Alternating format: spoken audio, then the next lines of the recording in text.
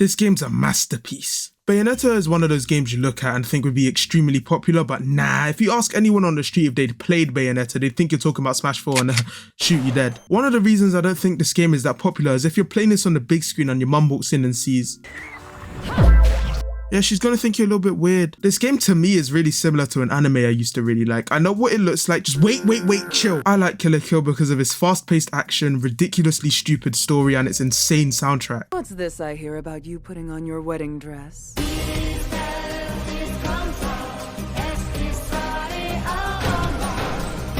Now I like Bayonetta because of its fast-paced action, ridiculously stupid story, and its insane soundtrack.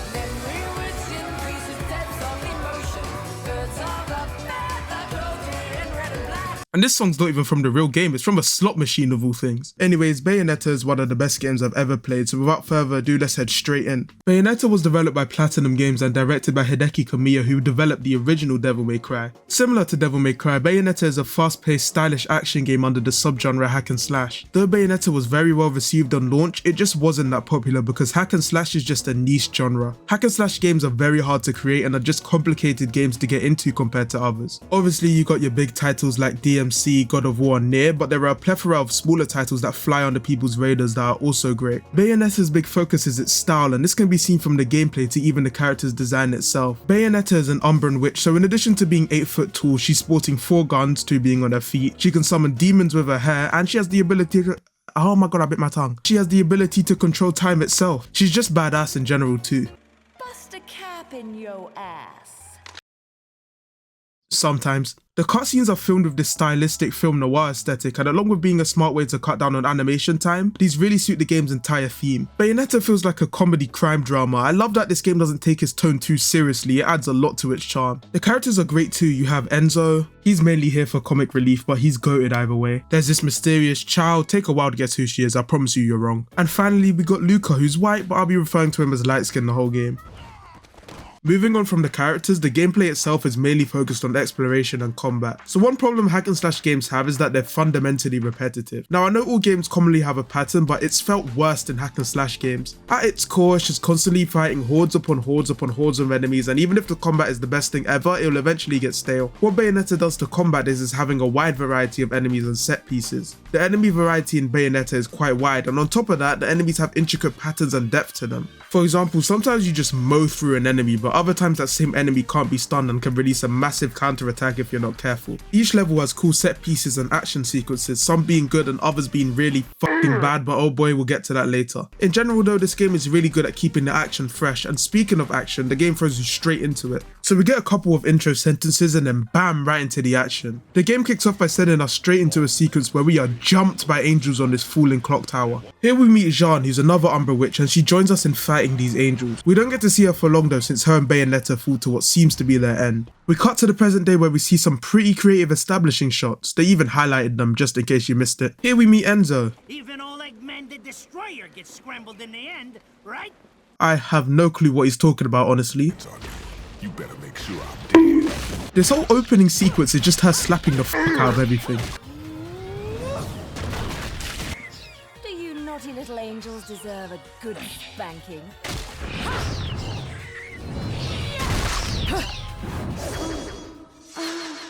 I promise you this game is normal, I promise. Anyways, no joke, Rodin starts throwing Bayonetta an infinite supply of guns while this amazing rendition of Fly Me to the Moon plays. After she styles on a few more angels, it's time for gameplay. So this level is the tutorial, teaching you all the basics of combat and other mechanics. This game is very combo and chain based. You're encouraged to experiment with Bayonetta and see what crazy shit you pull off. You can attack both on the ground and in the air, and both of these flow into each other so seamlessly it makes combat so satisfying. To dodge, you press RT, and if you dodge at the right moment, you can enter Witch Time. Witch Time has to be one of the best mechanics ever made in a game. When you enter Witch Time, all of the enemies around you slow down and are easier to combo, rewarding you for dodging on time. Enemy attacks in this game for the most part are well telegraphed, so getting Witch Time feels incredibly rewarding. At the end of any attack, if you keep holding down the button, you can shoot out of combos, dealing a little bit of extra damage. You can also constantly shoot with X, but I barely use this throughout the game. With the guns you can spin around and shoot, and this packs quite a punch and is great for dealing with flying enemies. Another cool thing you can do is punish attacks where you just And that's about like 30% of the combat. There are a lot more mechanics introduced later down the line. And even with just this, the combat is still incredibly fun. You can fucking slam him into the air and onto the ground, like suck it. I'm not dead yet! You better get the fuck off Enzo. And we broke his car. It is not his day. After killing all the angels here, we hit the highway where Enzo and Bayonetta are talking. We learned that Bayonetta recently awoke from a coma and has memory loss. If I needed a biographer, you wouldn't be my first choice. Damn, my bad, sorry. What the fuck?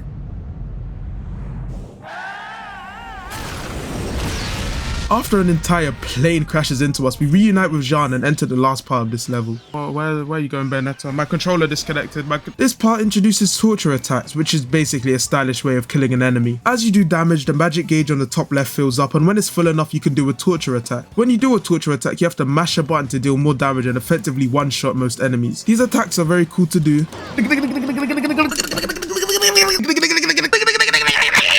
They just hurt my fingers a lot.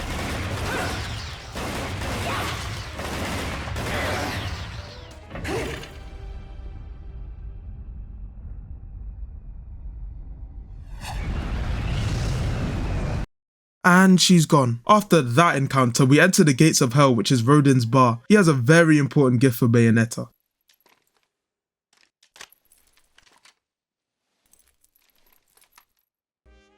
Pounding them down tonight, baby. That's what I'm Not to saying. butt into your affairs, but I'm pretty sure you got somewhere better to be. The guys you're up against aren't the type to wait for you to finish a round. That's what I'm saying.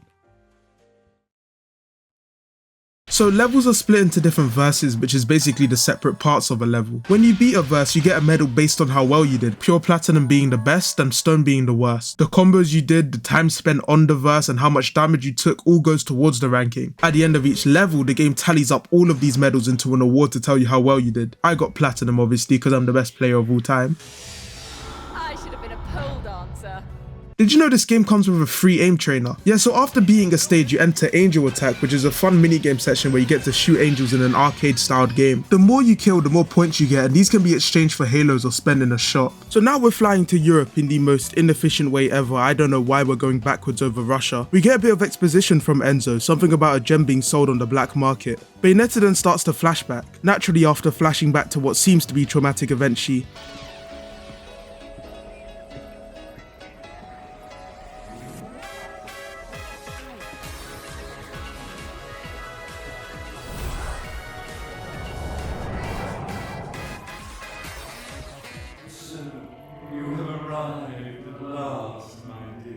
Why is he talking like that? This is Vigrid, a fictional city in France. Well, technically we're in the train station outside of it, but yeah. This level introduces us to Wicked Weaves. Wicked Weaves are basically your combo finishers, and these do a crazy amount of knockback and damage. I'm not joking, you just...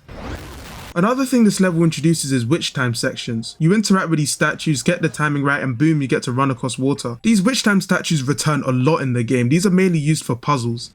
If you get in my way, I will... How do the Americans put it? Oh yes. Bust a cap in your ass. So this portal allows us to enter the gates of hell, which serves as a shop. In this shop you can buy many useful things like items or extra moves for Bayonetta. These extra moves are techniques, and these can be used in and out of combat. Some of these skills are absolutely essential, like the air dodge. This is a must have if you don't want to get hit. And other techniques just make your combo game more flashy, like the slide for example. Items can range from healing items to power boosting items. These are useful too, but using them in stages directly takes away from your ranking. You only really want to use these in a life or death situation. The currency for this shop is halos, and you get these from killing angels or breaking objects in stages. Objects in stages can also drop you item fragments, which can be used to craft or upgrade Bayonetta.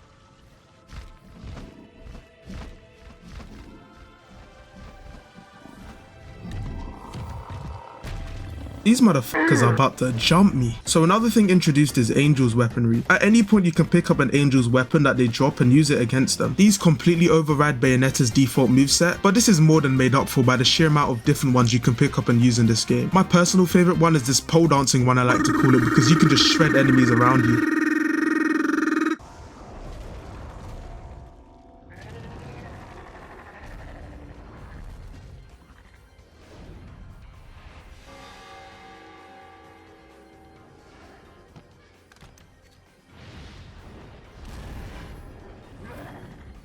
This guy right here is not ready for what we're about to do to him.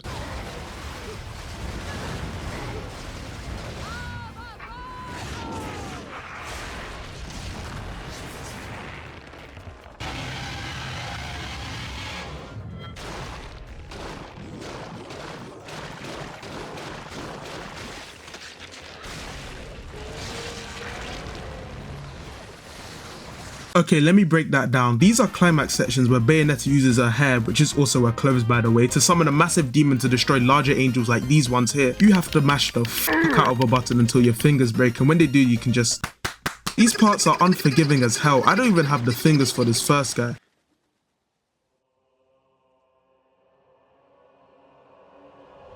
So we're in the past now fighting against a boss in Bayonetta's memories, and I just want to say this is one of the weirdest boss fights ever. Essentially, unless I'm doing something wrong, you have to keep chipping the boss's health down with a combination of gunshots and wicked weaves until it dies. It's not bad or anything, it's just a bit weird. It feels like I'm playing wrong, if that makes sense. Back to the present now, and it's time to go to the gates of hell to...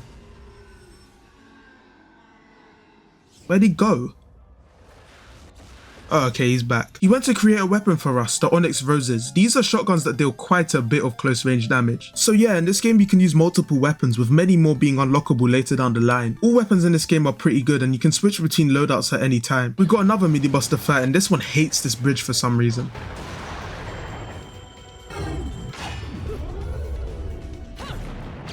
What was the point of that?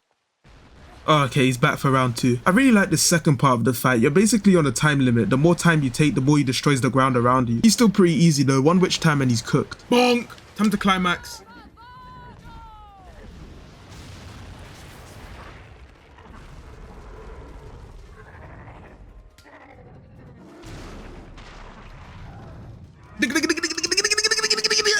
Why'd I cough?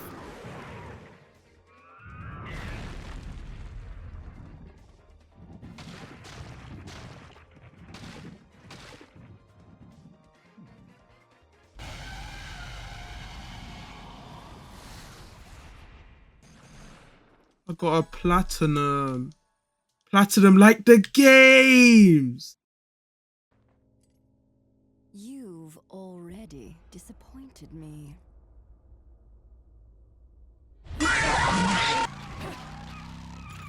How do you miss that many shots? So Bayo and Jean talk for a bit and then we're thrown into a flashback fight against her. This fight is very fun, just a little bit of a difficulty spike. First, say bye-bye to witch time, that shit is a myth in these fights. Second, Jean has speed shoes on, she's almost impossible to hit at times. And third, if she gets you into a combo, she does a ton of damage. She's still a really fun fight though, one of my favourites in the game since it's so engaging. After beating her, we're returned back into the real world where Bayonetta has a new ability, the Witch Walk. This ability allows us to walk on walls in certain sections and leads to some pretty creative level design later down the line. After some... We finally arrive in town and we're formally introduced to Lightskin, real name Luca. Which means I'm right on your doorstep, Bayonetta. So close, bro. I'll let you in on a little secret, Cheshire.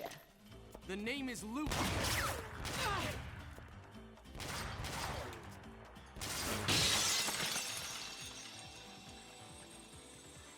You need to hone your sense of smell, my dear. There's no rosemary in the perfume. After all, rosemary's a demon repellent.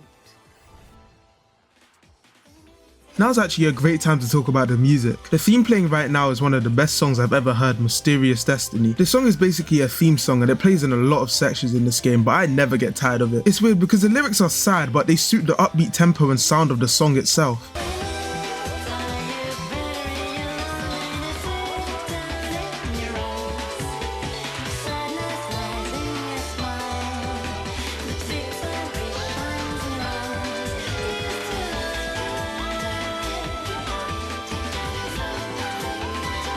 One interesting thing about this song though is how different it sounds from the prototype version.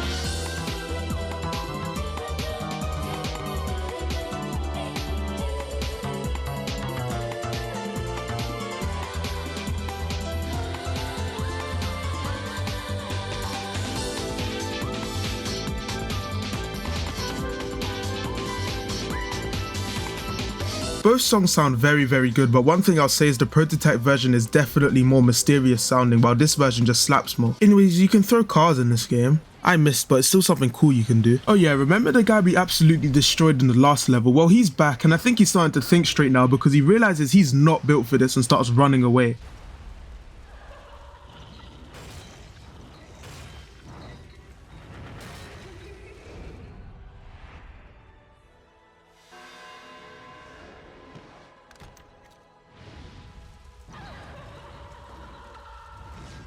Okay, what the f***? How was I supposed to react to that? Yeah, get pole dance on, you f***s.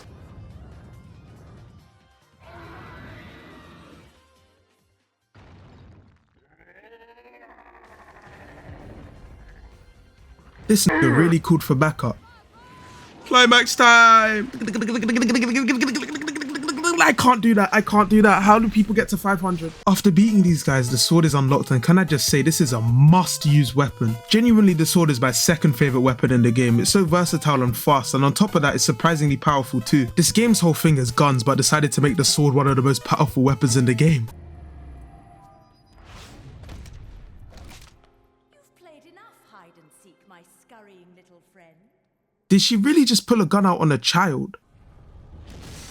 Oh yay, this guy's back, hooray! So we gotta fight Mr. Flashback Man again, and I wanna say this fight is not one of my favorites. Basically this time he's attacking us directly with his heads and the attacks are so fast and sudden, it makes this fight so unfun to play. Thankfully though, this fight is very short and it ends with a cool action sequence where he sets the whole city on fire. So now that we're in Crisis City, every enemy around decides to be on fire for some reason. This fire mechanic isn't really the best thing to play against. Basically, you can't damage an enemy unless 1, you're using an angel's weapon, 2, you use a torture attack, or 3, you're in witch time. This unfortunately does lead the first part of this level to be quite unfun to play, and the combat is slowed down quite a bit compared to the rest of the game. Oh my god, it's a dog! Did they really just do this shit again? Lil Woof over here is fast as but if he crashes into anything, he's dizzy for a while, allowing you to rack up some pretty good damage. The torture attack is actually impossible though, I don't care what anybody tells me. Yeah, like that's not possible. I thought I'd get to fight these guys.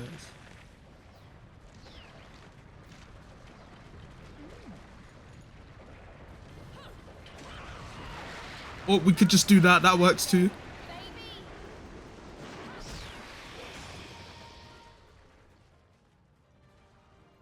This is actually one of the coolest witch walk sections in the entire game. It has a fun blend of platforming and combat, and this last part with the lava and the falling buildings is really cool.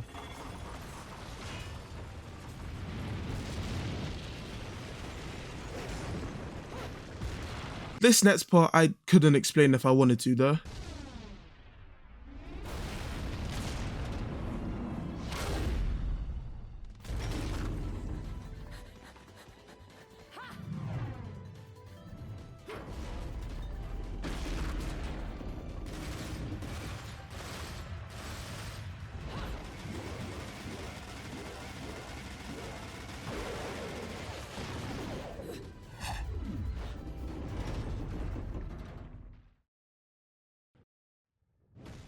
Okay, so we're in a live volcano now, cool. It's usual Bayonetta stuff in here though, there's enemies to fight, a bridge gets destroyed, but what's unique about this place is there's a portal here. This portal leads us to Paradiso. Oh yeah, I forgot to explain. Basically there's 4 realms in the Bayonetta world. Paradiso, which is basically heaven and where the angels are from, Inferno, which is hell, the human world, which is basically everything normal, and Purgatorio, a sort of middle place between them all. Purgatorio is sort of like a mirror version of the normal world. This is where Bayonetta is for most of her time in the game, which is why the humans can't see her and which is where she interacts with these angels. Paradiso is where we are now and where we need to go to progress in the game. But first, it's time to investigate this strange portal over here. This is a gate to the Alfheim. Alfheim? I don't know how to say it. Hidden across stages are gates to this place, and inside are mini challenge sections. In this one, we have to beat all the enemies with witch time disabled while only being able to get hit 5 times. This one, for example, was really fun, and beating these earn you a shit ton of halos and extra rewards. Alright, back to the normal game, and we need to get an hourglass from this Paradiso section.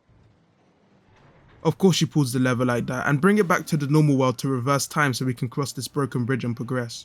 Ooh, this is my favourite part of the level. So you see how this bridge starts crumbling and I've made it to this point here. Naturally I'd assume I'd jump over to those stairs over there.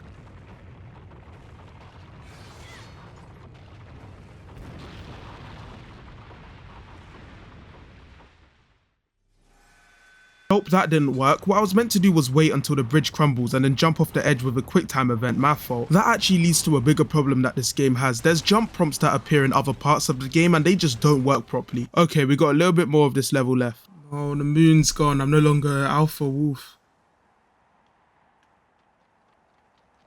I'm so sorry you guys had to hear that, but yeah, this is the end of the level.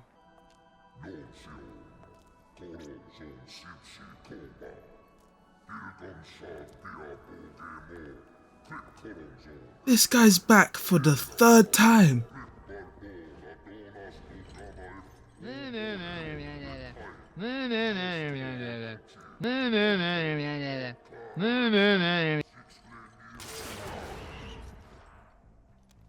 Thank you. I'm so tired of hearing him speak. Not to mention one of the reasons I hunt your kind. You're much too ugly not to put out of your misery. Alright, so it's time to fight this guy for real now. This boss mixes elements we've seen from the other fights into this one final one. For example, the first phase is on this bridge where we gotta attack him from range until he destroys the bridge. When the boss is on the ground, we get to attack up close and deal a shit ton of damage to him. Eventually, he'll start to destroy the ground around you, which leads into my favorite part. Just watch this.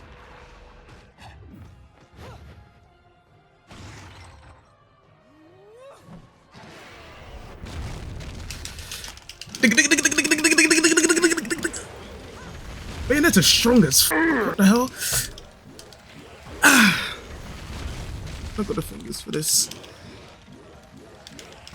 Oh my god.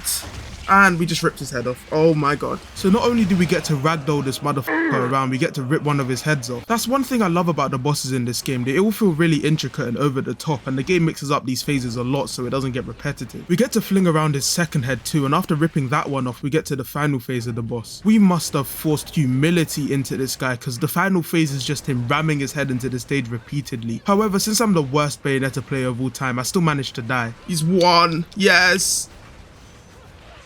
Or not. Are you serious?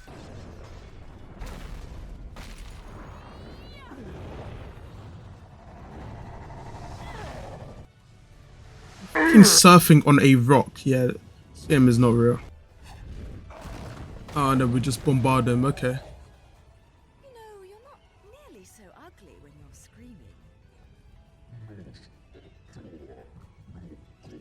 And he's still yapping. I got a bronze, yeah, I need to retire. So I went and unlocked the whip after being the last boss, and I want to say it's actually a pretty good weapon. It just takes some time to get used to compared to the others. It doesn't do that much damage on its own, but it makes up for it with range. You can give an enemy 1,000 lashes without even getting near them. Oh god.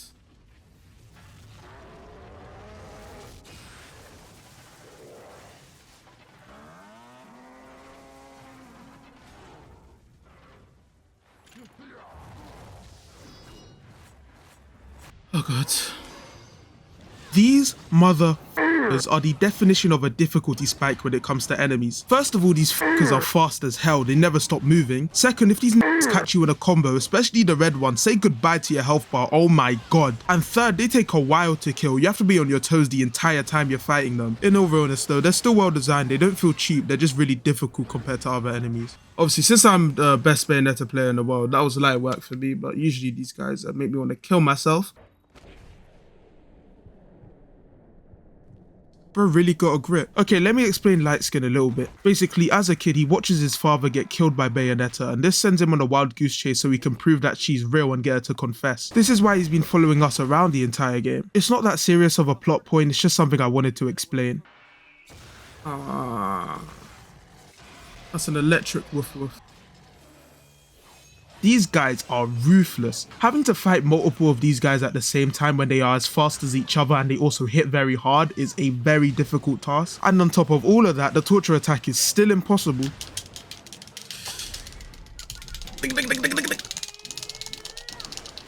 It's actually not possible. It's not. I know I keep saying it, but it's not possible. Oh, for fuck's sake. Oh my god. One combo. Eat my fucking balls.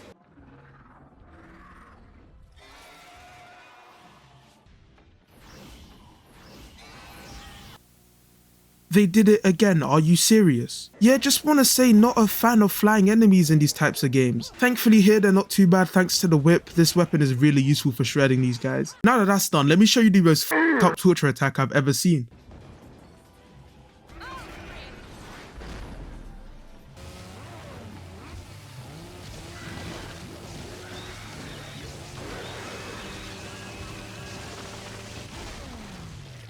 Like, is it ever that serious?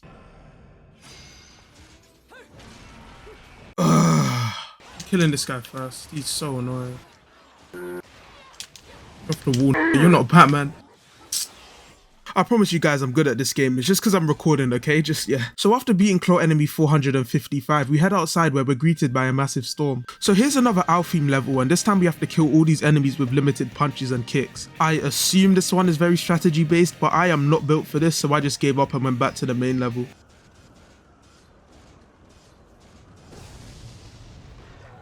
What the f***? What? What? I've got 4 deaths. I actually have 4 deaths. Oh my god. For this outdoor section, you need to outrun the crumbling platforms up until you reach the top. You have to backflip, bro.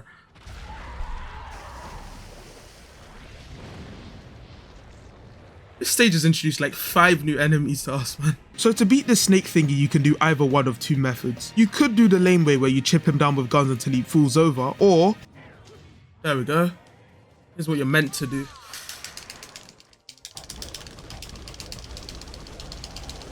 Ah! Jesus Christ, my arms. My fingers. Oh my god. And after doing all of that, we still got a climax on him, of course. Now we get to climax.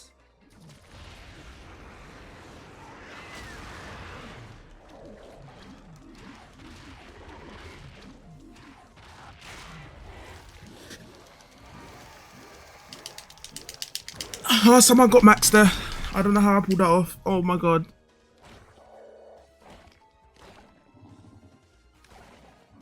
Okay, so after doing all of that, the best weapon in the entire game is unlocked. The Durga is basically the claw enemy's claws, and we get to use their own powers against them, thank god. The Durga has 2 styles, one focused on speed and one focused on power. These styles can be changed by spinning and pressing an attack button. Usually I equip the speed style paired with guns, and then the sword paired with the power style on loadout too. Swapping between these styles on the fly absolutely shreds enemies, and it's just beautiful. So to round up this chapter, we gotta fight Jean again. This fight introduces these counter sections where you have to mash a button to counter properly. Winning these are quite tough though, so I usually try to avoid these. This is a very fun fight though, with a lot of cool action sequences.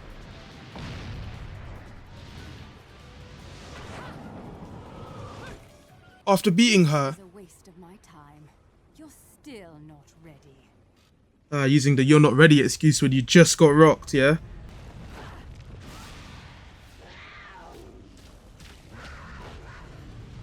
And she turned into a furry, okay. This is the beast within. It allows us to move faster and jump further. And that's it for this chapter. This one was about an hour long, holy sh**. Chapter 7 starts with a lot of fighting. There's this beginning part with all of these guys. There's an arena styled section with the snake looking angels, and then...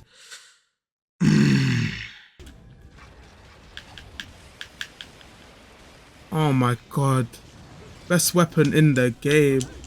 Ow. Look at that one combo and I'm finished.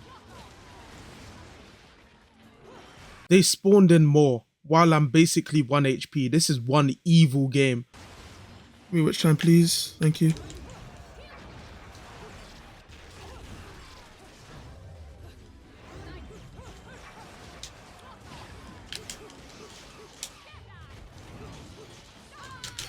Oh, we cooked you, bro. Oh my god. Oh my god. Get crushed. Die.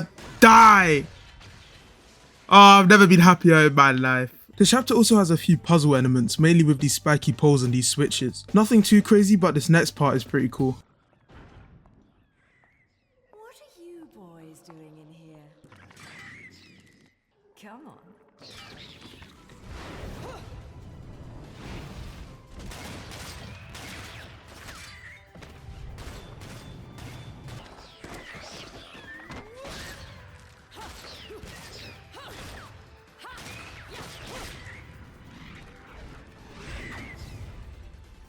Thanks for that angle, bro. You've been cheating on me, haven't you? Someone else caught your eye? Wapap, wapap, wapap.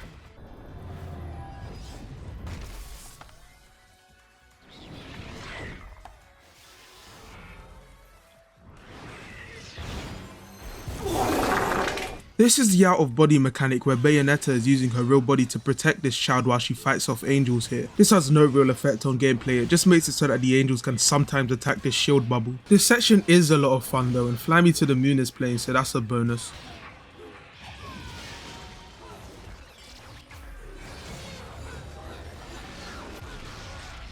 Was I just singing? Excuse me? Alright, she's following us from now on, I guess. This next section is kinda unique. You can't attack angels normally, you have to use weapons from the real world. This gimmick is also continued with this long ass chase section. This is the whole section by the way, and it lasts for 1.5 minutes. Look at him stuck in there, dumbass monkey.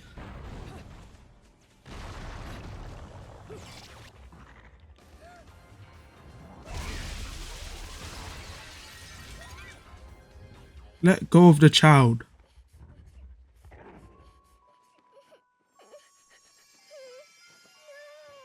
What the fuck? Okay, apparently there's an EDP Diddy angel down here that we need to kill. I mean, I'm happy to kill this guy, but you just can't make this game up.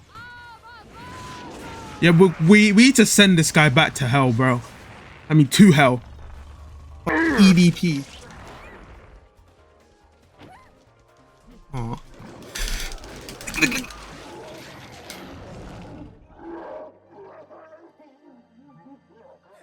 Bro, kill him.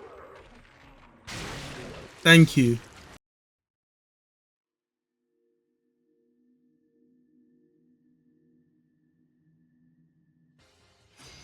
Alright, give me my child back. There's another Bayonetta. Ow. Okay, well, when you're this bad at a video game you proclaim to love so much, why do you keep playing it? Catch her, catch her, catch her. Get back here.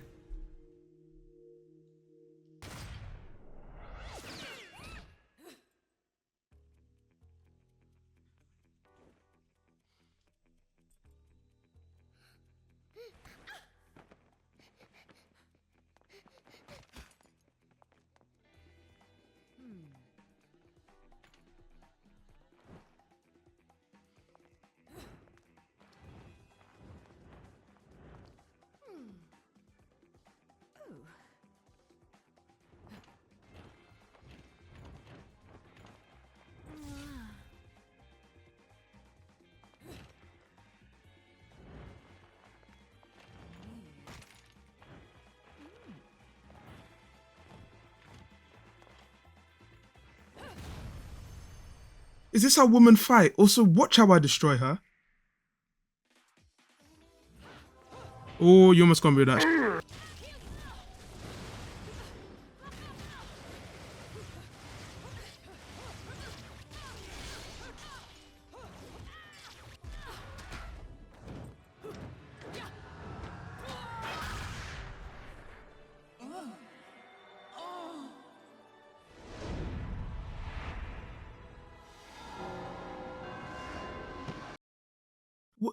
What the fuck? You've got to be joking, right? This is Joy. She likes to whip you a lot. That's all I can say. I'm still awestruck by the last cutscene. To end off this interesting chapter, Lightskin and Bayonetta reunite. They do their typical flirting and shit until the ground starts breaking apart.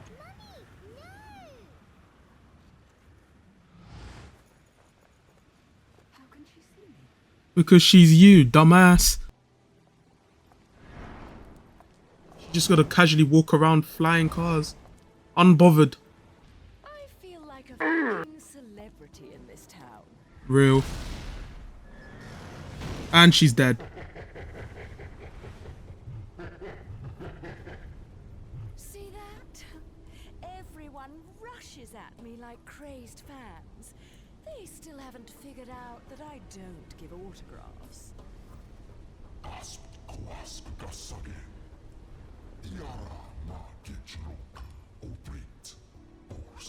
She does not give a f. much for the talkative types. How about we have a little fun instead? You did plan on having fun with me, right? There'll be plenty of time for pillow talk afterwards.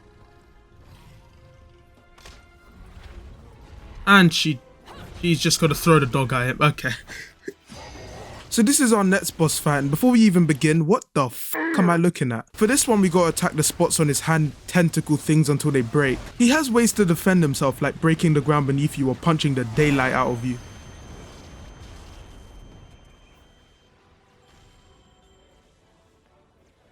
Am I meant to be here? This part here is cool. You gotta run up the boss's arms and deal damage to its weak points.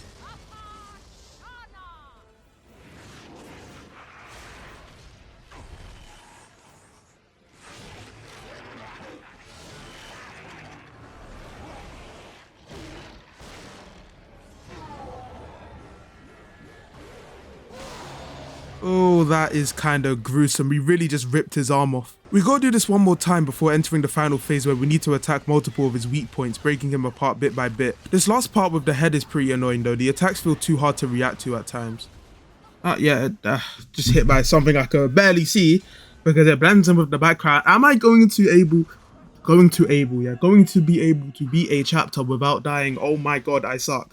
A lot of these attacks are very fast and are hard to see because they blend in with the background and there's so much shit flying across the screen. I think that's it. Climax time. What is that movement? Okay.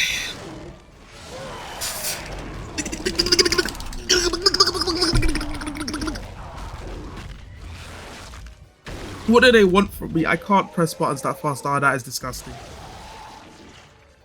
That is actually kind of nasty. Need to see someone's face get squished.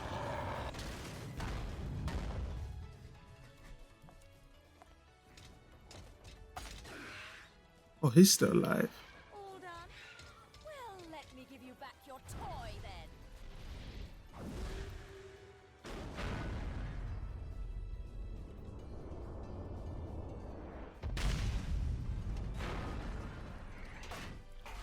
Oh.